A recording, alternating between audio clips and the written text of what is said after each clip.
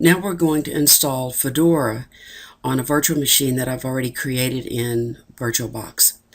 And I did give this one more than 8 gigs to start because it's a larger installation. So now we're going to click Start. Note it's asking to verify this is where the install files are located. So now we click Start.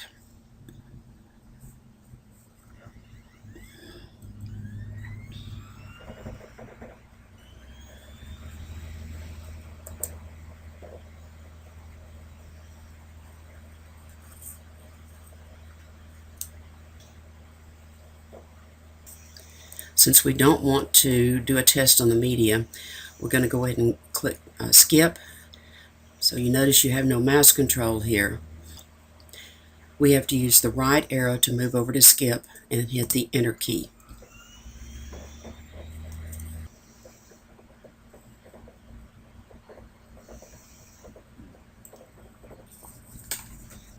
Now we get to start the actual installation. Click Next. We pick English for our language, and again US English for the keyboard. And we're going to pick basic storage devices. Notice that if you pick specialized, you use things like a RAID or a SAN. RAID being a redundant array of independent disks, and a storage area network, or a SAN, being a large grouping of drives. So let's click Next. From here, we need to reinitialize. Remember now, not your host drive where all your data is, but it's just the virtual drive, and it's empty at this point anyway. So let's pick Reinitialize All. Now let's give the new virtual machine a name.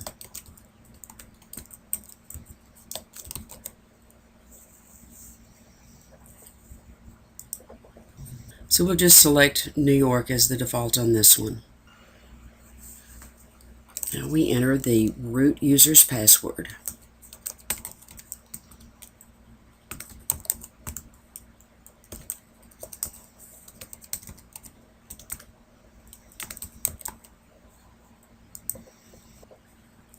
We'll pick Replace Existing Systems. Again, this is going to erase anything that was on this virtual hard drive to begin with. And this one's blank, so it's not erasing anything here, especially on your host machine. Double check that this is what you really want to do, so we'll click Write Changes to Disk and get started.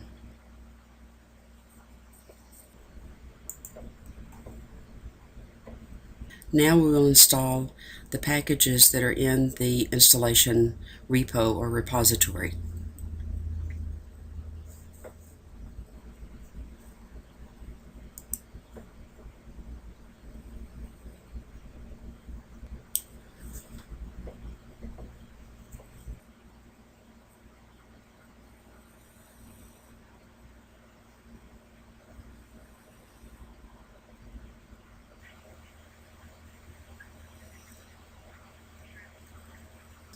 If you're wondering if your installation is actually proceeding, you can always look down in the bottom down here, see where the hard drive is. Every once in a while you'll see a little red dot show up on it, and you know that the activity is still going on. Plus it will count the packages up. We're nearing the end of this phase in the installation.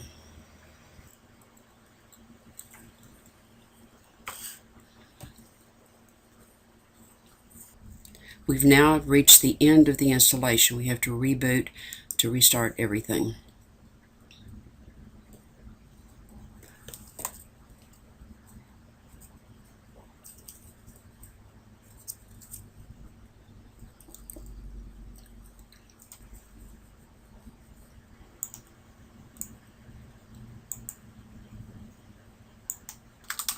Now that the system has rebooted, we'll give it a little bit more information. So click Forward. Make sure that we've read the license agreement and click Forward. Now we're going to create a normal user.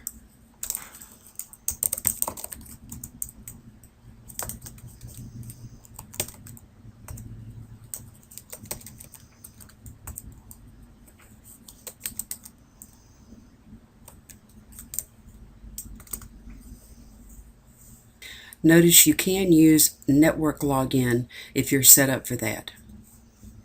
Now we click forward, pick the time. Everything looks good there, so click forward. You could synchronize the time with an online service if you wanted to. And I don't want to send the profile. No, I really don't want to send the profile. And it continues with its reboot.